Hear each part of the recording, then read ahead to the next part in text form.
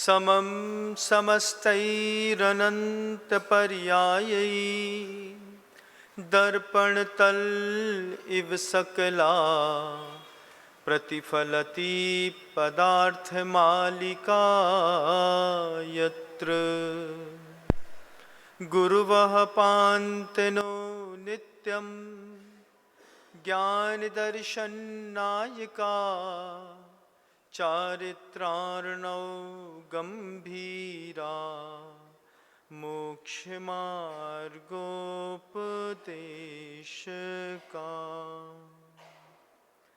अहिंसा परमो धर्म की परम पूज्य आचार्य भगवंत गुरुदेव श्री विद्यासागर जी महाराज की, वर्तमान आचार्य परमेष्ठी गुरुदेव श्री समय सागर जी महाराज की, समस्त मुनि संघ की, परम पूज्य मुनि श्री विनम्र सागर जी महाराज की, मुनि संघ की। आत्मा की अनंत शक्तियों में सर्वाधिक प्रसिद्ध शक्ति है ज्ञान शक्ति। वह जो ज्ञान शक्ति होती है वह प्रतिदिन प्रतिपल कुछ नया नया नया नया चाहती है। आपने एक बार कोई पिक्चर देख ली, दोबारा उस मूवी को देखने में आपको बिल्कुल भी इंटरेस्ट नहीं आता। किसी क्षेत्र पे एक बार घूम लिया, उसके बाद दोबारा कहो कि आपको दोबारा वहां पर लेकर के चलते हैं, आपको वहां दोबारा घूमने में आनंद नहीं आता। कई लोग तो सम्मेद शिखर जी भी एक बार होकर के आ गए, दोबारा बोलो कि भैया सम्मेद शिखर जी चलिए तो वो बोलते हैं एक बार हो तो आए, अब क्या जाना। आत्मा की अनंत शक्तियों में आत्मा अपनी ज्ञान शक्ति से प्रत्येक समय परिवर्तन चाहता है। ये बात आप सभी लोगों में देख पाएंगे।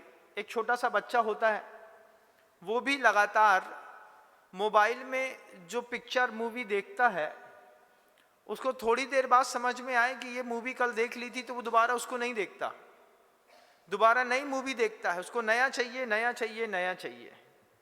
इसका मतलब है कि हमारा ज्ञान प्रत्येक समय किसी नई चीज के आकर्षण के प्रति हमेशा आकृष्ट रहा है। यंगस्टर्स रील चलाते हैं, फेसबुक चलाते हैं, इंस्टाग्राम देखते हैं और भी कोई भी चैटिंग वगैरह करते हैं, उसमें भी वो हर वक्त नया देखना चाहते हैं।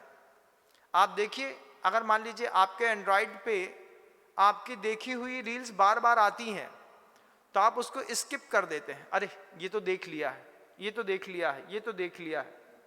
लेकिन कोई नया आता है तो आप उपयोग के साथ पूरी नई चीज को बहुत अच्छे से देखते हैं। क्यों? ज्ञान की अनंत शक्तियों में नवीनता, नवीन पर्याय की उत्पत्ति आत्मा चाहती है, लेकिन स्थिरता नहीं चाहती। आचार्य भगवंत ने एक हाइको लिखा है, ज्ञान प्राण है। किसका? हमारा, आपका, सबका। ज्ञान प्राण है, संयत हो तो त्राण। अगर वह ज्ञान संयत है तो वो पार लगाने वाला बनता है, निमित्त बनता है पार लगाने में, अन्यथा स्वान। और नहीं तो जैसे कुत्ता हर जगह मुंह मारता है, ऐसे ही छद्मस्तु का ज्ञान हर जगह मुंह मारता है। पांचों इंद्रियों से आप ज्ञान खींचते हैं। अब पांचों इंद्रियों से ज्ञान शक्तियां, ज्ञान इंद्रियां पांचों से काम करती हैं। अब कुत्ते के जैसे आपकी पांचों इंद्रियां हो जाती हैं। स्पर्शन इंद्री एक बार महसूस कर लिया, इस चीज का भाव ऐसा होता है, अब बार बार उसमें घुसना। रसना इंद्री ज्ञान चाहती है। जब आप जिह्वा पर कोई भी पदार्थ खा रहे होते हैं, उस समय आपको उसकी तृष्णा नहीं रहती। आपके टेस्ट बड्स में जाने वाले तत्वों के माध्यम से आपकी इंद्री जो अंदर एक संतोष का भाव पैदा करती है, उसके माध्यम से उसी ज्ञान की पुनरावृत्ति होने पर आपको सुख मिलता है। इसलिए नवीन नवीन जब कभी कोई नई डिश बनती है तो बच्चों का, बड़ों का उसमें आकर्षण ज्यादा रहता है। कारण मात्र एक है कि आपको नवीन नवीन ज्ञान को जानने की इच्छा अनादिकाल से रही है। ज्ञान आदमी की पहली ऐसी आवश्यक वस्तु है, उसके बिना वो रह नहीं सकता। अब इसी ज्ञान में ऐसी बातें धार्मिक ग्रंथों की उठा करके रख दी जाए कि सुनने में ऐसा लगे कि ये तो क्या गजब की चीज बोली जा रही है, तो आदमी बहुत कॉन्शियस होकर के किसी चीज को सुनता है। एक ऐसा ही पुस्तिका छप करके पूज्य गुरुदेव के पास में आई, पुस्तक आई गुरुदेव के पास में। गुरुदेव के टेबल पर किसी ने वह पुस्तक रख दी थी, गुजरात से छपी थी, गुजरात से छप करके, सौराष्ट्र से छपी पुस्तक थी वह, वहां से छप करके आई और आकर के आचार्य जी की टेबल पर पुस्तक को रख दिया गया। यह भी एक ज्ञान है। कहते हैं गुरुदेव, ज्ञान की शक्ति क्या कमाल करती है। सामने वाले को प्रत्येक पल कुछ नया चाहिए। आचार्य भगवंत के टेबल पर एक पुस्तक आई जिसमें लिखा था, जो जीव मंदिर के उद्देश्य से मंदिर जाता है वो मिथ्या दृष्टि है। हेडिंग कैसी जबरदस्त है, आप देखिए इस बात को। जो जीव मंदिर के उद्देश्य से मंदिर जाता है वो मिथ्या दृष्टि है। आचार्य जी ने बिना हाथ लगाए उस पुस्तक को सिर्फ एक हेडिंग पढ़ी, नीचे प्रकाशक का नाम लिखा हुआ था और उसके बाद आचार्य जी ने उसको छुआ तक नहीं। बोलते हैं ऐसी किताबें मैं छूना पसंद नहीं करता, मैं अपने हाथ खराब नहीं करूंगा। शावक से बोल करके कहते हैं इसको उठाओ, यहां से ले जाओ। अब वो किताब उठ करके बाहर जो आउटडेटेड टेबल्स रहती हैं उन टेबल्स पर चल गई। उस किताब को मैंने उठा लिया। मैंने कहा देखूं तो सही कि दुनिया में लोग क्या क्या छापते हैं, और मेरे साथ भी वही हुआ। ज्ञान प्रत्येक समय नवीनता चाहता है।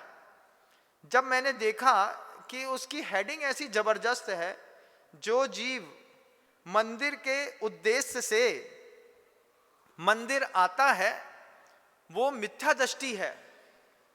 पहला चैप्टर था इसी को लेकर के।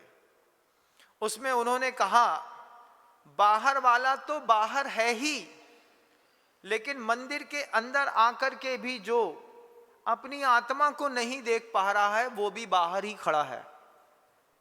ये बात शुरुआत में सुनने पर बड़ी अच्छी लगती है, बहुत अच्छी लगती है, लेकिन हम जिस वातावरण में रह रहे हैं उसमें आप देखिए, जब हम एक जिनालय बनाते हैं, उस जिनालय को बनाने पर साधु और श्रावक दोनों की उपयोग की शक्ति एक जगह पर एकाग्र होती है। श्रावक के 6 आवश्यक, परम आवश्यक कर्तव्यों में दान के कर्तव्य के बिना जिनालय बनता नहीं। वहां पे जिनालय बना दान की शक्ति से, दान की शक्ति आई सम्यक दर्शन की शक्ति से, सम्यक दर्शन आया देव और गुरु की शक्ति से। ये एक ऐसा सुंदरतम चक्र होता है जिसमें जीव जब तक मुक्त नहीं होता तब तक लगातार सुख भोगता है। अब उस पे कोई ये कह दे कि जो जीव मंदिर के उद्देश्य से मंदिर आता है वो मिथ्या दृष्टि है, सुनकर के पहली बार में कैसा लगता है? आपको विचित्र नहीं लगेगा, लेकिन जो अपने आप को मुमुक्षु कहते हैं उनके यहाँ की ये भाषा, उनके यहाँ बच्चों को बचपन से पढ़ाई जाती है। जो बच्चे सॉफ्ट कॉर्नर होते हैं सबसे पहले वो उनको टारगेट करते हैं। सॉफ्ट कॉर्नर को टारगेट करने पर शुरुआत के पौधों में सही ढंग से फसल गलत दे दी जाए, पानी गलत दे दिया जाए, तो उसमें विकारी परिणाम भी वैसे ही निकलते हैं। तो वो जगह जगह पर गर्मी के दिनों में शिविर लगाते हैं 6 डाला का नाम लेकर के, बाल प्रशिक्षण संस्कार शिविर। उसमें 6 डाला टू बी मस्ट कंपलसरी, और 6 डाला अगर उसमें आ गई तो उसमें सिवाय मुनि निंदा के कुछ नहीं होता। तिर्यंचों के इसके उसके दुख दिखाएंगे, और 5वीं 6वीं डाल जैसे ही आएगी वहां पर या तो शुद्ध आत्म तत्व या फिर मुनि निंदा, 2 चीज छोटे बच्चों को बचपन से ऐसी भर देते हैं कि बचपन से इस तरीके के वातावरण में बड़ा हुआ बच्चा आगे चल करके मुनि को मुनि नहीं समझता। वो द्रव्यलिंगी और भावलिंगी का भेद करना सीख जाता है। मैंने वो पुस्तक देखी, हाथ में उठाई वो पुस्तक, जो जीव मंदिर के निमित्त से मंदिर आता है, वो मंदिर के उद्देश्य से मंदिर आता है, वो जीव मिथ्या दृष्टि है। मैं गुरुवर्ग के पास गया पुस्तक को पढ़ने के बाद। पुस्तक में बहुत सारे टॉपिक्स थे, अलग अलग चैप्टर बनाए थे। उसमें एक टॉपिक ये भी था कि घर में रह करके पुण्य को छोड़ा जा सकता है, पाप घर में रह करके नहीं छूटता। सोचिए क्या उल्टा टारगेट है। घर में रह करके पुण्य को तो छोड़ा जा सकता है, घर में रह करके व्यक्ति पाप नहीं छोड़ सकता। आप बताइए, घर के अंदर रह करके पाप छोड़ा जा सकता है कि पुण्य छोड़ा जा सकता है? आपका अंतर्मन क्या कहता है? पाप छोड़ा जा सकता है। आचार्य समंतबद्ध गुरुदेव ने स्पष्ट शब्दों में लिखा है, सकलम विकलम चरणम तत्सकलम सर्वसंग विरतानाम अनगाराणाम विकलम सागाराणाम ससंगानाम। कारिका है, कारिका कहती है कि चारित्र जो है वो 2 प्रकार का है, एक विकल चारित्र है, एक सकल चारित्र है। विकल चारित्र का पालन करने वाले गृहस्थ होते हैं, हिंसा पूरी नहीं छोड़ते, नहीं छोड़ पाते क्योंकि गृहस्थी रहती है, लेकिन उसकी मर्यादा करते हैं। झूठ मुनिराज के जैसा पूरा त्याग नहीं कर पाते, उसकी मर्यादा करते हैं। कितनी सुंदरतम मर्यादा है गृहस्थ की, पाप के त्याग की। मैं पूरा पाप नहीं छोड़ पाऊंगा, नहीं तो गृहस्थी नहीं चलेगी। लेकिन विकल चारित्र आगम की आज्ञा, विकल्प चारित्र के लिए आचार्यों ने आदेश उपदेश दिया। गृहस्थ रह करके विकल्प चारित्र का पालन करता है, उसकी भावना रहती है स्थूल मलिकम न वदति न परान वादयति सत्यमपि विपदे यद तद वदति संतः स्थूल मृषा वाद वै रमणम। उस शावक ने गुरु के सामने जाकर के संकल्प लिया, मैं जीवन में बड़ा झूठ नहीं बोलूंगा, छोटे छोटे झूठ के बिना मेरा चलता नहीं है। 100 रुपए की चीज है 120 रुपए में 130 रुपए में बेचूंगा, तब तो परिवार का पोषण करूंगा, ये तो ठीक है, लेकिन किसी को 100 की चीज 250 में नहीं बेचूंगा। झूठ ऐसा नहीं बोलूंगा जिससे जीवन में किसी की विपत्ति आ जाए। शावक ने संकल्प लिया, बहुत बड़े विस्तृत पाप को चुल्लू भर कर लिया। पाप छोड़ा कि नहीं? पाप छोड़ा, लेकिन उसमें एक चैप्टर पढ़ा था, चैप्टर था घर में रह करके पुण्य को तो छोड़ा जा सकता है लेकिन पाप नहीं छूटता। पाप नहीं छूटता महाराज। प्राथमिक दशा में देखने में लगता है कि घर के अंदर रह करके वास्तव में पाप नहीं छोड़ सकते, लेकिन पाप को मर्यादित कर लेना भी गृहस्थ का बहुत बड़ा पुरुषार्थ होता है। अनंत समुद्र बराबर जो पाप था उसको मैंने सीमित किया, शावकाचार पढ़ा, शावकाचार की मर्यादा के हिसाब से जीवन जिया। स्थूल मलिकम न वदति, मैं बड़ा झूठ नहीं बोलूंगा। वो बड़ा झूठ कैसा? किसी को विपत्ति में डाल दे, किसी को प्राण संकट में कर दे। जो व्रती होते हैं वे अदालत में जाकर के गवाही नहीं देते। व्रती बात सही हो या गलत, दोनों में गवाही, मंदिर में ये अदालतों में जाकर के गवाही नहीं देते। गवाही के नाम पे भैया हमने नहीं देखा, हमारी प्रतिमाओं के व्रत हैं, हम गवाही नहीं देंगे। हमारी गवाही के निमित्त से किसी को 20 साल की सजा हो जाए, किसी को फांसी हो जाए, न परान वादयति सत्यमपि विपदे, ऐसा सत्य नहीं बोलेंगे जिससे विपत्ति पैदा होती हो। ये गृहस्थ ने संकल्प किया, पाप छोड़ा कि नहीं? छोड़ा। और वो क्या कहते हैं कि घर में रह करके पुण्य को तो छोड़ा जा सकता है, लेकिन पाप कहाँ छूटता। ऐसे ऐसे चैप्टरों की किताबें आचार्य भगवंत के पास लगातार आती रहीं। पहला चैप्टर जब पढ़ा कि जो जीव मंदिर के उद्देश्य से मंदिर आता है वो मिथ्या दृष्टि है, जाकर के गुरुवर से शाम को डिस्कस किया। एक किताब आई थी ना आपके पास, उसमें ऐसा लिखा था कि जो जीव मंदिर के उद्देश्य से मंदिर आता है और अपने आत्म स्वभाव को नहीं देखता, वो मिथ्या दृष्टि है। आचार्य भगवंत कहते हैं ऐसी पुस्तक लिखने वाले को थोड़ा सोचना चाहिए था कि जो व्यक्ति अभी गृहस्थी में है, जो बच्चे अभी गृहस्थी में हैं, जिन्होंने अभी संसार को देखा नहीं है, समझा नहीं है, उनके सामने अगर हमने आत्मा की बात करी तो वो आत्मा को कैसे देख पाएंगे।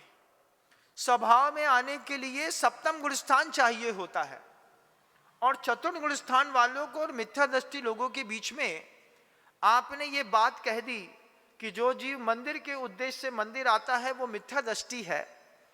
उनके ऊपर कोमल हृदय में क्या प्रभाव पड़ेगा? गुरुवर कहते हैं आप ही बताइए, आपके हृदय में ऐसा सुनकर के क्या प्रभाव पड़ेगा? हाँ महाराज, आत्मा देखनी चाहिए। आत्मा दिखती है क्या? आत्मा किसका नाम है? सम्यक दर्शन, ज्ञान, चारित्राणी, मोक्ष मार्ग है, इसी का नाम आत्मा है। सम्यक दर्शन का, सम्यक ज्ञान का और सम्यक चारित्र का, इसके अलावा आत्मा नाम की कोई चीज है नहीं। अब इसमें सम्यक दर्शन, सम्यक ज्ञान, सम्यक चारित्र के माध्यम से शुद्धोपयोग की दशा में जब निर्वृत्ति परक मोक्ष मार्ग पर साधुगण सामायिक के काल में बैठते हैं, तब उन्हें उस स्वभाव की प्राप्ति होती है सप्तम गुण स्थान के द्वितीय भाग में। और इसी बात को वो व्यक्ति सामान्य से पूजा करने वालों को समझा रहे हैं। मंदिर के उद्देश्य से मंदिर आने वाले मिथ्या दृष्टि हैं। अब वो लोग मंदिर जाते हैं, भगवान को भगवान नहीं समझते, पूजा को पूजा नहीं समझते। क्या समझते हैं? ये सब हेय है। उपादेय क्या है? अपना स्व आत्म तत्व। और फिर वो कहते हैं दो कसायों का अनुदय होने के कारण उन तत्संबंधी जितना ज्ञान होता है उस संबंधी उपयोग की दशा तो शुद्ध है, तो चतुर्गुण स्थान में शुद्धोपयोग मान लेते हैं। आप ऐसे ग्रंथों से सावधान रहिएगा। इन ग्रंथों के बारे में गुरुवर कहते थे कि खुद भटके तो भटके, पूरे संसार को भटकाने के लिए फ्री में किताबें छापते हैं। 10 रुपए में समय सार की पुस्तक मिल जाएगी, 15 रुपए में कोई एक दूसरा ग्रंथ मिल जाएगा। मूल्य इतना न्यूनतम कर देते हैं। प्रभावना है मां जिनवाणी की प्रभावना करना, लेकिन किसके बीच में? जिसको आप ये बात समझा रहे हैं कि मंदिर के उद्देश्य से मंदिर आने वाला मिथ्या दृष्टि है, उसका गुणस्थान कौन सा है? चतुर्थ गुण स्थान मान लूं? चलिए चतुर्थ गुण स्थान मान लेता हूं। जो चतुर्थ गुण स्थान वाले व्यक्ति का आवश्यक कर्तव्य क्या है?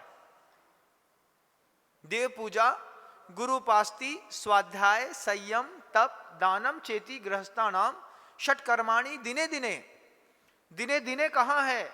एक दिवस से नहीं कहा, सुबह से लेकर शाम तक प्रतिदिन वो करता है। वो नहीं करते। देव पूजा वैसी नहीं, गुरु की उपासना तो उनके जीवन में हुई नहीं। नाम लिया दिगंबरों का और बात मानी उन्होंने हमेशा कपड़े वालों की। एक भी दिगंबर की बात नहीं मानते। हिंदी पढ़ेंगे तो कपड़े वालों की। मूल ग्रंथ की टीका लगा करके अपने उस व्याख्यान को समझना समझाने में आत्मा लुकती है। क्यों लुकती है? इसमें हमारे उस मत की पुष्टि नहीं होती। उस मत की पुष्टि नहीं होती है, इसलिए हम वो बात नहीं करेंगे। ऐसे ग्रंथ कितने छपते और छप करके गुरुवर के टेबल पे रख दिए जाते। आप सोचिए, जो व्यक्ति देव पूजा के निमित्त से, जिनालय के निमित्त से विशुद्धि स्थान बढ़ाता है, शावक मंदिर आता है, भगवान की देवड़ी को छूता है, नमोस्तु करता है, दष्टम जिनेन्द्र भवनम भवतापहारी, ऐसा वो कहता है, भक्ति नाम की चीज खत्म हो गई। क्योंकि भक्ति जब भी करेगा, साकार भक्ति करने वाला मंदिर में आएगा, मंदिर में आकर के प्रतिमा को भगवान समझ करके उनके सामने नमोस्तु करेगा, उनका अभिषेक करेगा, अति भक्ति भाव से पूजा करेगा, फिर गंधोदक माथे पे लगाएगा, उसकी परिक्रमा लगाएगा। ये सारी चीजें मिथ्या दृष्टि की हो गई, क्योंकि इसमें तो कहीं पर भी आत्मा नहीं है। व्यवहार की क्रियाओं में आत्मा कहां दिखाई देती है? किसी को दिखाई दी? मंदिर की परिक्रमा लगाने के लिए वीरसेन स्वामी ने धवला की पहली पुस्तक में कहा, जिनेन्द्र भगवान की परिक्रमा लगाओ, तिकम परिखुत्ती शब्द लिखा, 3 परिक्रमाओं के साथ जिनेन्द्र भगवान की वंदना करो। अब वहां पर वंदना करने वाला अपनी वंदना करेगा कि सामने जिनबिंब की वंदना करेगा? मैं अपने स्वभाव में लीन होकर के अपने ज्ञान गुण की वंदना कर रहा हूं, ऐसा विचार करके कौन परिक्रमा लगाता है? परिक्रमा नहीं लगाते ऐसे लोग। अपने ज्ञान गुण में नानम बिंदंति ते जीवा, उनके लिए आचार्य कहते हैं कि वे ध्यान में शुद्धोपयोग में बैठ करके अपने ज्ञान गुण में बहुत गौर से देखते हैं। जब ऐसी बात कहो तो उनसे एक नया शब्द निकलता है, अरे ये मंदिर में जाकर के प्रभु की पूजा करके, परिक्रमा लगा करके, गुरुओं की उपासना करके, दान दे करके, तीर्थ की वंदना करके तुमसे पुण्य के गीत गा रहे हो। और उसमें एक चैप्टर यह भी था कि पुण्य के गीत गाने वाले भी मिथ्या दृष्टि है। मंदिर जाने वाले मिथ्या दृष्टि है, पुण्य के गीत गाने वाले मिथ्या दृष्टि हैं। घर में रह करके पुण्य छूट सकता है लेकिन पाप नहीं छूट सकता। पुण्य का गीत गाने वाला मिथ्या दृष्टि है कि सम्यक दृष्टि है? क्या है? क्या है? आप ग्रंथ को देखिए, ग्रंथ में कहते हैं पुण्य का गीत गा रहा है, इससे पुण्य बढ़ेगा, पुण्य बढ़ेगा, पुण्य बढ़ेगा। मंदिर बनाएंगे पुण्य बढ़ेगा, तीर्थ वंदना करेंगे पुण्य बढ़ेगा, गुरु की उपासना करेंगे पुण्य बढ़ेगा, दान देंगे पुण्य बढ़ेगा। अरे पुण्य को छोड़ो, कैसे छूटेगा पुण्य? कहां पे छूटता है पुण्य? उनसे पूछो, उन्हीं लोगों से पूछो कि पुण्य कहां पर छूटता है और पुण्य को छोड़ने की क्या प्रक्रियाएं हुआ करती हैं। चतुर्थ गुण स्थान में रह करके ऐसा कौन सा सम्यक दृष्टि है जो पुण्य को छोड़ने की ताकत रखता है? चतुर्थ स्थान में बैठे हैं कपड़े के साथ, पुण्य को छोड़ने की चर्चाएं लगातार बदस्तूर जारी है। पुण्य के गीत गाने वाले मिथ्या दृष्टि हैं। ये शब्द जब सुनते हैं तो ऐसा लगता है कि भगवान इन साधर्मियों को केवल ज्ञान के पास जल्दी से ले जाओ, विदेश क्षेत्र में सीमंदर स्वामी के दर्शन जल्दी कराओ इन लोगों को, क्योंकि ये वहीं पर उनकी ही बात मानेंगे। यहाँ के साधु तो उनकी नजरों में साधु है नहीं। वहां के तीर्थंकर के सामने जाएंगे तो हो सकता है उनका भ्रम मिट जाए। शुभोपयोग को संसार का कारण कह दिया। संसार का कारण है शुभोपयोग। और क्या होता है? वो ये भी कहते हैं मंदिर जाओगे, मंदिर जाकर के बड़ी भक्ति के साथ पूजा कर ली, नृत्य कर लिया, गान कर लिया, आरती कर ली, द्रव्य चढ़ा ली, विधान कर लिया, इससे क्या होने वाला है? पुण्य बढ़ता है ना। पुण्य कानी पुण्य फलानी, पुण्य का फल क्या है? वीरसेन स्वामी से पूछा धवला जी में, कानी पुण्य फलानी। आचार्य वीरसेन स्वामी कहते हैं राजाधिराज चक्रवर्ती तीर्थंकर गणधर आदि देवा आदय पुण्य फलानी। पुण्य के फल से क्या मिलता है? पुण्य के फल से चक्रवर्ती बनने का मौका मिलता है। उसी पुण्य के फल से गणधर परमेष्ठी बनने का मौका मिलता है। उसी पुण्य के फल से तीर्थंकर की पर्याय घटित होती है इस जीव आत्मा के अंदर। उसी के माध्यम से राजाधिराज बनते हैं, वाणी में ओज आता है, शरीर में तेज आता है, विद्या का क्षयोपशम बढ़ता है, उसी पुण्य के बल से। वो पुण्य के लिए कहते हैं पुण्य का गीत गाने वाला मिथ्या दृष्टि है। तीर्थंकर प्रकृति बांधने वाला मिथ्या दृष्टि है। क्यों? कैसा लगता है सुन करके? ऐसे ग्रंथ आपके हाथ में आए नहीं, आप हमारे मुख से सुनिए। इस तरीके की उद्बोधनों में, इस तरीके की ग्रंथराज समय सार की गाथाओं में बार बार सुख को, पुण्य को हे बता करके और व्यक्ति को शुभ मार्ग से इतना स्खलित कर दिया कि व्यक्ति मंदिर जाता है, भगवान को भगवान नहीं समझता। वो कहते हैं मंदिर में जाकर के तुमने भगवान के सामने खड़े होकर के अगर भगवान देखे तो ये चुनौती है तुम्हारे सम्यक दर्शन को। मंदिर में प्रतिमा की पूजा करके ढोक दे रहे ना, चुनौती है तुम सम्यक दृष्टि हो कि नहीं। चुनौती क्या है कि मंदिर में जाकर के तुमको भगवान तो दिख रहे हैं, लेकिन तुमको मंदिर में जाकर के ये भगवान आत्मा नहीं दिख रही। छाउते गुलिस्तान में कहां से दिखती है? किसको दिखी आज तक? कपड़े पहने पहने किसको आत्मा दिख गई? कहां पे, कैसे दिखती है? कोई बताए। उद्बोधन को सुनने वाले जो सुधी हैं वे भी इस बात को बताएं कि इस चौथे गुणस्थान में आत्मा का दर्शन प्रभु के सामने जाकर के कैसे होता है। कसाय का त्याग करना नहीं, इंद्रिय भोग को छोड़ना नहीं, रात में पानी और भोजन भी छूटता नहीं। और वे संवाद कर रहे हैं पुण्य के फल में उपयोग लगाने वाले मिथ्या दृष्टि होते हैं। 13वें गुणस्थान तक जब तक तीर्थंकर के केवल ज्ञान नहीं हो जाता, केवल ज्ञान के बाद जब विस्तृत समोषण लगता है, अंतरंग और बहिरंग लक्ष्मी एक साथ प्रकट होती है। अंतरंग लक्ष्मी में केवल ज्ञान और बहिरंग लक्ष्मी में समोशरण, तब पुण्य का सर्वाधिक उत्कृष्ट परिपाक फलीभूत होता है इस जीव को। 13वें गुणस्थान के अंतिम समय तक पुण्य की जरूरत पड़ती है इस जीव को। ऐसा सुंदरतम पढ़ाया गया होता, मंदिर जाओ, मंदिर में जाकर के विवेक पूर्वक अति भक्ति भाव के साथ प्रभु की पूजा करो, उपयोग को शुद्ध करो। शुद्ध उपयोग होना अलग बात और उपयोग को शुद्ध करना अलग बात। शुद्धोपयोग होता है सामायिक के काल पे मुनिराज को, गृहस्थ को नहीं होता। क्यों नहीं होता? तो आचार्य कहते हैं पेषणी खंडनी चुल्ली उदकुंभ प्रमार्जनी पंचसूना गृहस्थस्य तेन मोक्षम न गच्छति। उसको 5 चीज की हमेशा चिंता रहती है। पेषणी चक्की, चक्की की चिंता से मतलब खाने और आटे की चिंता से हो गया।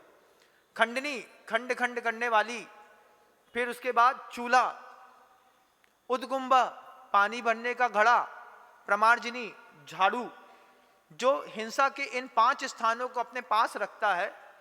तेन मोक्षम न गच्छति, इसलिए तो वो मोक्ष नहीं जा पाता। और उसको बोल रहे हैं मंदिर में जाकर के, मंदिर के उद्देश्य से मंदिर जाने वाला मिथ्या दृष्टि है। अब वो बेचारा कहां जाएगा? मंदिर जाने वाले तो मिथ्या दृष्टि हो गए, अब आप बताइए कहां जाएं? चलो शिमला घूम करके आते हैं। शिमला जाने वाला सम्यक दृष्टि है। उसमें कहते हैं सम्यक दृष्टि के जो भोग होते हैं उस पर उसकी आसक्ति नहीं रहती। वाह, क्या गजब की बात है। रात के 9 बजे रबड़ी खा रहे और सम्यक दृष्टि के भोग निर्जरा का कारण है। ऐसा कौन सा जैन दर्शन कहता है? आप देखिएगा ऐसे किस तरीके की विचित्र विचित्र धारणाओं से छोटे से सॉफ्ट टारगेट बच्चों को ऐसा बदलते हैं। गर्मी के दिनों में तो इनके शिविरों की ऐसी भरमार आती है बंधुओं कि उनको देख करके लगता है कि हर जगह विद्वान, हर जगह विद्वान, हर जगह विद्वान। कितना ज्ञान का क्षयोपशम है, लेकिन उल्टे ज्ञान को पढ़ाने वाले।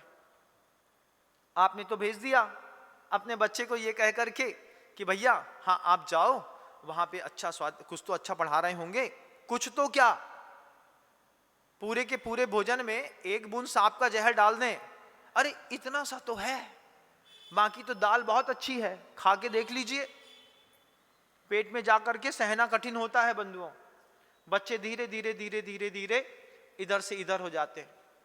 फिर वो कहते हैं अरे महाराज अब वो पढ़ने नहीं जाएंगे तो फिर क्या करेंगे? छोटी छोटी चीजों के लोभ से इस तरीके का उल्टा संवाद आप सभी के जनमानस के बीच में वो लोग रख देते हैं।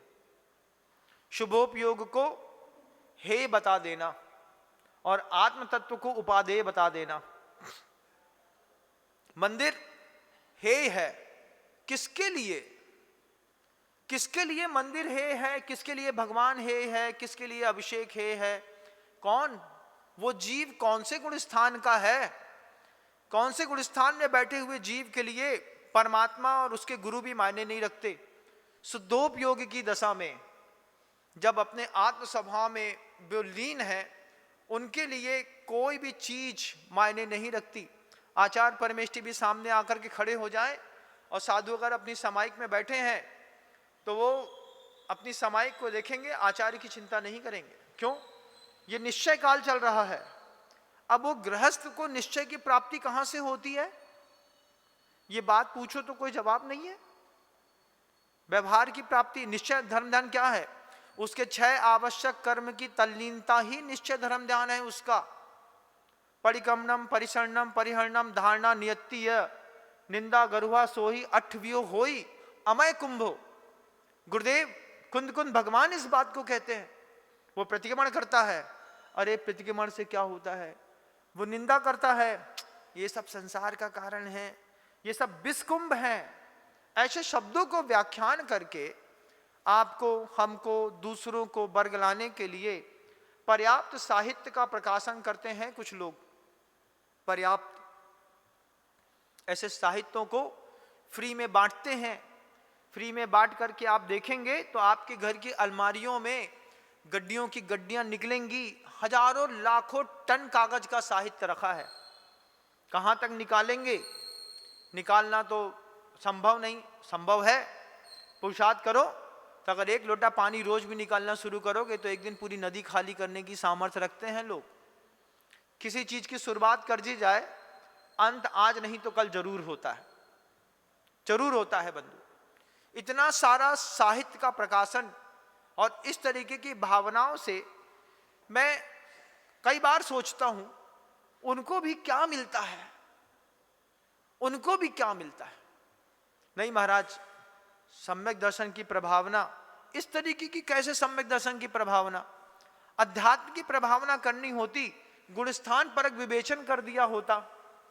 अब ये कह दिया कि घर के अंदर पुण्य छोड़ा जा सकता है, पाप कहां छूटता है? सुनने में लगता है ना पहली बार में, अरे हाँ घर में तो पापी पाप होता है।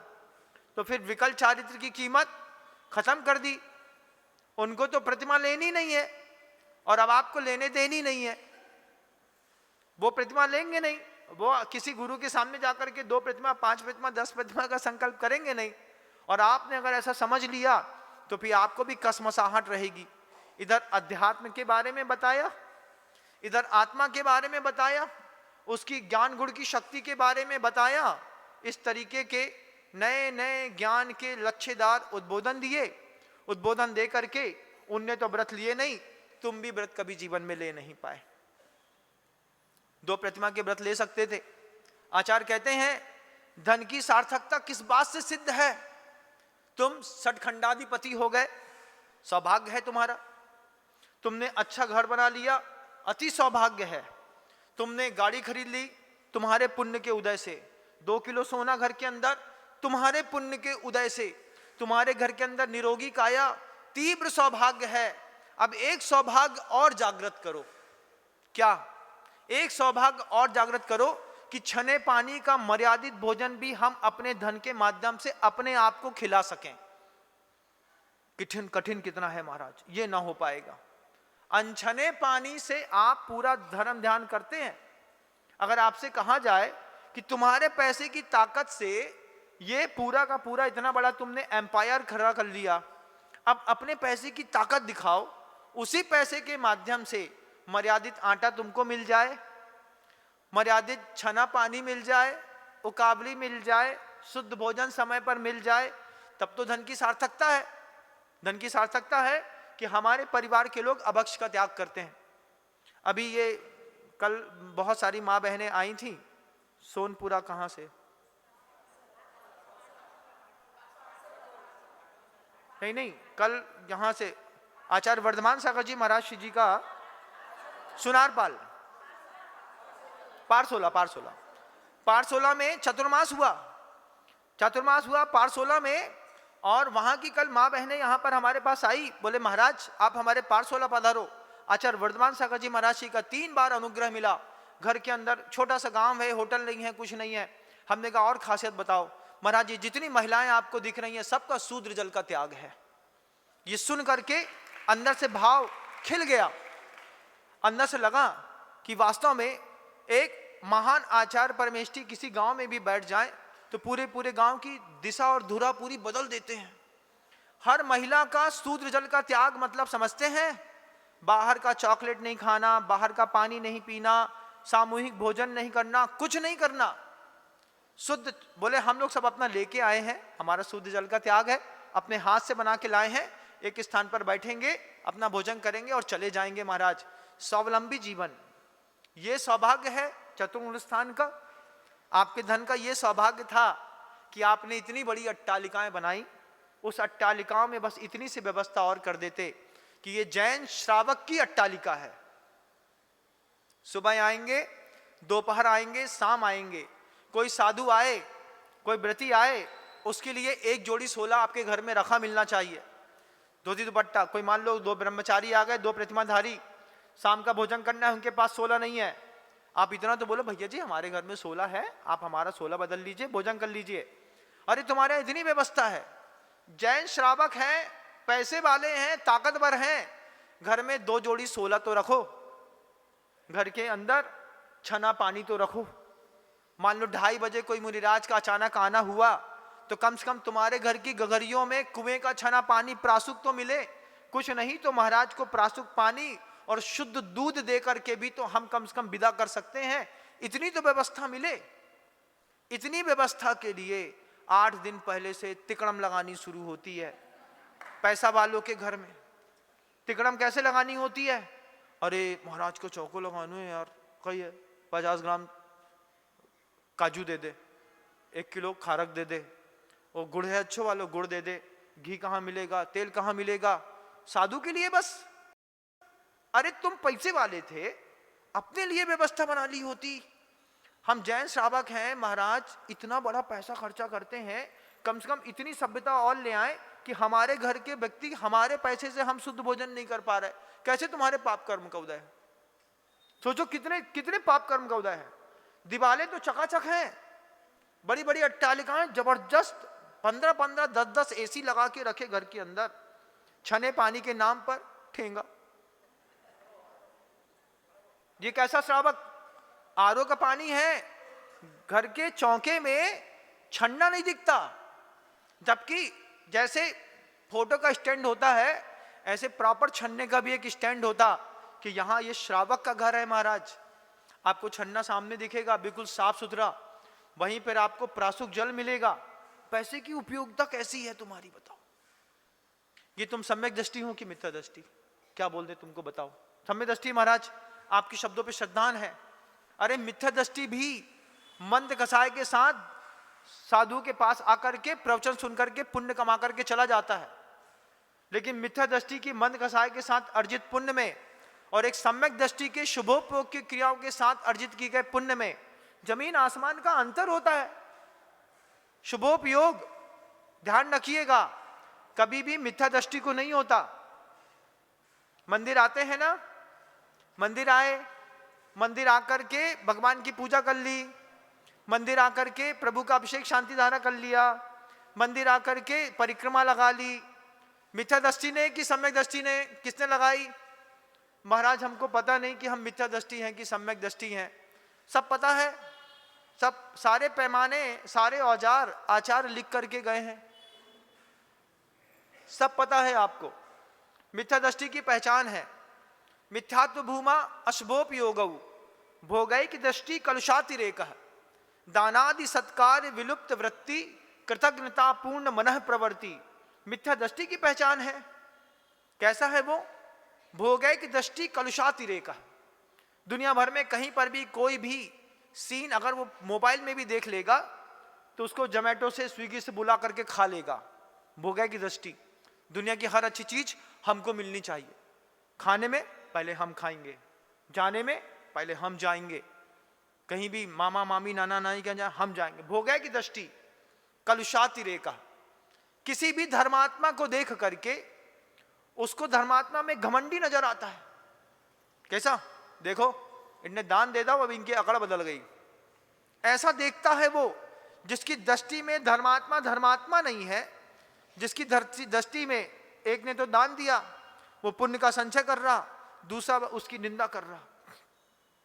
किसी के घर के बाहर मान लीजिए BMW गाड़ी खड़ी है, अब वो मिथ्या दृष्टि क्या बोलता है, 2 नंबर के रुपये से पूरा माल कमाया है इसने, ये सब 2 नंबर का धंधा है। कभी नहीं बोला मिथ्या दृष्टि ने सामने वाले के पास जाकर के, आपका पुण्य बहुत तेज है, आपके यहाँ कितना वैभव बढ़ा हुआ है, आपके पुण्य की, आपके वैभव की अनुमोदना करता हूं। किसी भी धनाढ्य व्यक्ति को देख करके तुम्हारे मन के अंदर उसके प्रति प्रमोद भाव उत्पन्न हुआ कि ईर्ष्या पैदा हुई। कई लोग होते हैं, हमने देखा चलते राह चलते BMW जैगवार खड़ी थी, निकलने वाले ने जान करके उसी गुटखा खा रहा था, जैगवार के ऊपर थूक दिया। बोले क्या? बोले खरीद नहीं सकते तो कम से कम थूक तो सकते हैं, थूक दो। क्या है? कैसी कसाय का उदय है? ये मिथ्या दृष्टि की पहचान है बंधु। भोगै की दृष्टि कलुषातिरेक है। कालुष का अंदर ही अंदर इतना अतिरेक है कि दान देते वाले दाता में सम्यक दर्शन नजर नहीं आता। मंदिर जाएंगे तो प्रभु के ऊपर द्रव्य चढ़ानी पड़ेगी। 2 प्रकार के धर्मात्मा मंदिर के अंदर, एक मंदिर की द्रव्य मंदिर में चढ़ाने वाले और एक अपनी द्रव्य मंदिर में चढ़ाने वाले। वे कभी मंदिर में द्रव्य नहीं रखते। 5 किलो 2 किलो चावल दे दिया उनने, पूरा संसार को जैसे पूरा द्रव्य दे दिया हो। अब क्या है? अब कुछ नहीं, अब मंदिर का 40 रुपए का नरियल का गोला उठाओ, चढ़ा दो भगवान को। अपने घर के पैसे लग रहे क्या, दूसरे के। कितने प्रकार के धर्मात्मा मंदिर के अंदर आते हैं। एक खुद अपने घर से व्यवस्था लेकर के आता है, केसर कस्तूरी सब साथ में लेकर के, क्या प्रभु को चढ़ाना है। सौभाग्य है हमारा, हमको पर्याय मिली है, कम से कम 100 रुपए की द्रव्य तो रोज चढ़ाएं। इधर कितना खाने में ठूस देते हैं, प्रभु को चढ़ाएं तो उत्तम से उत्तम। लेकिन वो उत्तम से उत्तम कहाँ चढ़ेगी? मंदिर में जो मिल जाएगी सो चढ़ा देंगे। उसमें भी कई लोगों की आत्मा कांपती है। मंदिर के द्रव्य मंदिर में चढ़ाना, तुम्हारे पापा के पैसा तक नहीं लग रहे, उसमें भी उनकी तैयारी नहीं है। हम नहीं आ रहे मंदिर, हम तो घर में ठीक हैं। यही है मिथ्या दृष्टि। मिथ्यात्व भूमा अशुभोपयोगौ भोगैक दृष्टि कलुषातिरेकः दानादि सत्कार्य विलुप्त वृत्ति। दान आदि सत्कार का मतलब आदि से और भी शब्द हैं। उससे बोलो सम्मेद सिगड़ी चल रहा है, अरे बकवास न कर बे, न जाएंगे। क्यों? कहाँ जाओगे? बोले कश्मीर की बात करो। कश्मीर चल रहे क्या तुम? नहीं चल रहे। मनाली चल रहे? नहीं चल रहे। पटाया चल रहे? चल पटाया चलते हैं, घूम के आते हैं। पटाया चले जाएंगे, बैंकॉक चले जाएंगे, सम्मेद शिखर और गिरनार की वंदना करने नहीं जाएंगे। पावापुरी, चंपापुरी, राजागढ़ी, पंच पहाड़ी के दर्शन करने में, कुलवा पहाड़ चढ़ने में वो नीचे खड़ा मिलेगा। तुम लोग हो आओ, हम नहीं जा रहे। अंतर मन में उन स्थानों के प्रति बहुमान भाव जागृत ही नहीं किया किसी ने। दानादि सत्कार, आदि सत्कार में, तीर्थ वंदना में, जिन्हें भगवान की पूजन में, प्रतिष्ठा में, महोत्सवों में घर के अंदर बैठ करके चुपचाप चाय पीते मिलेंगे लोग। साधु ठंडी के दिनों में रोड में खड़े हैं आपकी प्रभावना करने के लिए। वो आदमी सुबह टोपा पहन करके ऊपर से 3री मंजिल से चाय पीते हुए देख रहा है, हाँ देखिए जुलूस जा रहा है आज प्रवचन का, ये महाराज आए हैं। दानादि सत्कार विलुप्त वृत्ति कृतज्ञता पूर्ण मन प्रवृत्ति। और मन की प्रवृत्ति इतनी कृतज्ञता पूर्ण है, मंदिर का काम करेगा उसमें भी 5 बोरी सीमेंट अपने घर में पहुंचवा देगा। नॉन फंडेबल जो होती हैं सीमेंट ट्रेडिंग की निकलती हैं सरकारी कोटे वाली, 100 रुपए बोरी का फर्क पड़ता है। कितने रुपए बोरी का? 100 सवा 100 रुपए बोरी का। ये 350 रुपए चलेगी तो वो 210 रुपए में मिल जाएगी। क्यों? बड़े बड़े ब्रिजेस बनाने के लिए टैक्स, नॉन टैक्स पे होती हैं। मंदिर के लिए बुलवाई एक जगह, 4 ट्रक एक साथ बुलवाई, 1000 बोरी सीमेंट।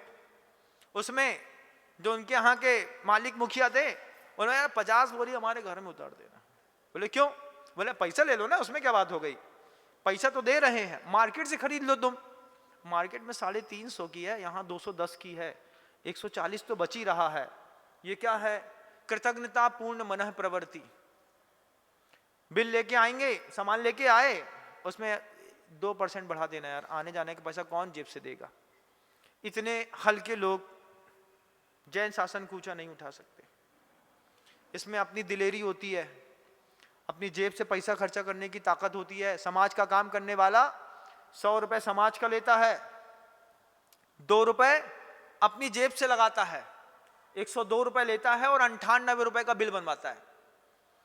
जो भी समाज के जो भी ठेकेदार कभी भी खरीदने में जाते हैं, अब भैया खरीद लिया, सीमेंट खरीदी 350 रुपए बोरी, उसमें से वो 2 रुपए बोरी अपनी जेब से देगा।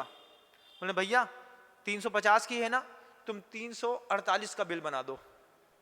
क्या बोल रहे हो, दुनिया तो 52 का बनवाती है, दुनिया बनवाती होगी 52 का, तुम 348 का बिल बनाओ, 348 की रकम काटो, डेट लिखो, उसमें बाउचर काट के देख लो, 2 रुपए बोरी हम तुमको ऊपर ही ऊपर देते हैं। वो 2 रुपए बोरी अपनी जेब से देता है, उसके बिल में आज नहीं 10 साल बाद भी इंक्वायरी होगी तो उसकी ईमानदारी उसके बिल में दिखाई देगी कि उस समय उस डेट में 350 रुपए बोरी सीमेंट थी, ये 348 रुपए में लाकर के 2 रुपए कम में लाकर के दिया, अपनी इज्जत भी बचाता है। दानादि सत्कार विलुप्त वृत्ति कृतज्ञता पूर्ण मन प्रवृत्ति, ये लोग कभी भी जैन शासन के रखवाले नहीं होते बंधु। क्या विचित्र स्थिति है इस संसार की। आप पैसे वाले हैं ना, है ना, दिया ना अच्छा पैसा, महाराज आपको सौभाग्य है। मंदिर के नाम पर आपने जिस दान को संकल्पित किया है अपने अंतर मन में, सौभाग्य है आपका, जैन शासन का सौभाग्य है। आपके जैसे महान महान महानुभाव मिले, अपनी ताकत से ऊंची राशि का दान दिया, सौभाग्य है। लेकिन मैं पूछना चाहता हूं, अगर साधु आपके घर के अंदर अचानक आ जाए तो साधु को देने के लिए आपके घर के अंदर क्या है? अचानक आ जाए तो क्या है? उसको बैठाने के लिए एक पाटा ढंग का बना है कि नहीं? एक पाटा भी खुद का। अब वो 3 चौकी को जोड़ करके महाराज को बैठाए तो बात नहीं है। बिल्कुल व्यवस्थित स्वस्थ 26-20 बाई 22 बाई 26 की एक चौकी हो, 4 इंच की ऊंची हो। गुरु महाराज आएंगे तब वो हमारे बिस्तर में तो बैठेंगे नहीं, सोफा सेट में बैठ सकते नहीं। 1.5 लाख का सोफा सेट है ना, है, टीवी है 2 लाख रुपए की। साधु को बैठाने के लिए पाटा है कि नहीं? साधु अगर मान लो अचानक आ जाए तो तुमने क्या किया, दूध की उबलने वाली गंजी को महाराज के सामने धर दिया, लो महाराज इसी में अपने कुल्ला कर लो। उसी में तुम दूध निकालते थे, दूध उबालते थे, उसी को कुल्ला करने के लिए हमारे सामने रख दिया। एक पात्र खरीद करके लाते पीतल का, बहुत अच्छा सा सुंदर सा व्यवस्थित। ये पात्र का उपयोग गुरु महाराज के लिए ही होता है। ये क्या है? ये गुरुओं के उपकरण भी कुछ घर में होते हैं, काम आते हैं गुरुओं के, लेकिन घर के अंदर वो उपकरण होते हैं। इन उपकरणों की भी कीमत है। महाराज श्रावक का घर है, चाबी टांगने का स्टैंड है आपके घर के अंदर, है कि नहीं है? महाराज माला टांगने का कोई स्टैंड आपके घर के अंदर? बड़े बाबूजी हैं, उनको अभी इस बार की 50 साल की उनकी वर्षगांठ बनी थी, दोनों को एक एक पन्ना की माला दी हम लोगों ने, परिवार के लोगों ने मिल करके। बड़े पापा पन्ना की माला से फेरते हैं, छोटा वाला भैया मोती की माला से फेरता है। हमने अभी गए थे तो हम एक माणिक की माला बनवा करके ले आए, और अभी नई बहू आई है 3 तोला सोने की माला उसको दी है हमने। लड़की को अभी छोटी सी है, ज्यादा नहीं है, तो भी उसको चांदी की माला बनवा करके दे दी। सबकी अपनी अपनी माला होती घर के अंदर। माल तो बहुत है गले में लटका, लेकिन प्रभु के स्मरण के नाम पे 3 तोले सोने की माला और उसकी एक स्टैंड होता। सबकी अपनी अपनी माला है और सभी लोग घर के अंदर बैठ करके माला फेरते हैं। ये क्या है? उपकरण हैं, धर्म ध्यान के गृहस्थों के घर के अंदर पाए जाते हैं, आपके घर के अंदर दिखता नहीं। बासा घर तो दिखता है बहुत बड़ा। बासा घर मतलब फ्रिज, दुनिया भर की जितनी भी सड़ी चीजें हैं फ्रिज के अंदर घुसा दो, नहीं खा पाए तो फ्रिज के अंदर। तो बासा घर तो बहुत बड़ा दिखता है। महाराज स्टेटस सिंबल श्रावक का, जैन श्रावक का कोई बासा घर नहीं है। साधु जाकर के ढूंढता है, चाबी की स्टैंड कहाँ पे है? ये रखा है। माला का कहाँ पे है? ये रखा है महाराज जी। हमारे परिवार में ऊंची से ऊंची, हर जितने सदस्य हैं, हर सदस्य के लिए एक ना एक ऊंची द्रव्य की माला बनाई होती और उसको लटकाई होती, और सामने आकर के लोग देखते कि ये देखो ये श्रावक का घर कहलाता है। तब जाकर के तुम्हारे धन की सार्थकता तुम्हारे लिए सिद्ध होती। आपके घर में ऐसी धन की सार्थकता सिद्ध नहीं है। एसी तो है, वो बेडरूम पे लगा दिया, वही हवा रहती है, उसी में कोई ने पद्दू करी, अब वो एसी वही को घुमा घुमा के तुम्हें सुंघात रहे। उसी को हवा बदलती कहाँ है एसी की, उसी हवा को वो ठंडा करता रहता है, उसी को घुमाता रहता है, उसी में से ह्यूमिडिटी निकालता रहता है, बाहर एक पाइप छोड़ दो वो पानी जैसे टप टप टप टप टप टप करता रहता है, बस हो गया। ये क्या है? ये तुम्हारा धर्म ध्यान है? नहीं, ये आपका धर्म ध्यान नहीं है, आपका धर्म ध्यान कुछ अलग तरीके का है। तो आपका समय तो हो गया है, शब्दों को विराम देता हूं, लेकिन ऐसी किताबों से, ऐसे ग्रंथों से, ऐसे लोगों से, ऐसी विचारधारणाओं से थोड़ा संभल के रहिएगा। जो लोग कहें, क्या कहें कि मंदिर में, जब मंदिर के उद्देश्य से जाते हैं तो मंदिर में मंदिर से उद्देश्य जाने वाला मिथ्या दृष्टि है। जो ये बात कह दे कि मंदिर में शुभोपयोग जो है वो पुण्य के गीत गाने वाला मिथ्या दृष्टि है। ऐसे ग्रंथों से, ऐसे ग्रंथों को लिखने वाले संतों से आप सावधान रहिएगा। और जहाँ तक समझ में आए अपने जीवन को, अपने घर में साधु के और समाधि के उपकरण तैयार रखिए। समाधि का उपकरण अपने घर में तैयार रखिए। अगर 70 साल का कोई वृद्ध है, एक तखत निखालिस शुद्ध तैयार रखिए संस्थारोहण कराने के लिए कि हमारे बाबा जी 75 साल के हो गए हैं, ये शुद्ध तखत है, जब कभी भी संलेखना होगी ये संलेखना का तखत भी हमारे घर के अंदर मिलेगा। साधु आएंगे इसी में बैठ जाएंगे, नहीं तो इसमें हम अपने परिवार की संलेखना के निमित्त से एक तखत रखाओ, तब जाकर के जैन शावक होने की अपनी एक कीमत होती है। मात्र अट्टालिकाएं खड़ी कर लेने से आप धनवान नहीं बनते। शब्दों को विराम देता हूं। गुरुदेव श्री विद्यासागर।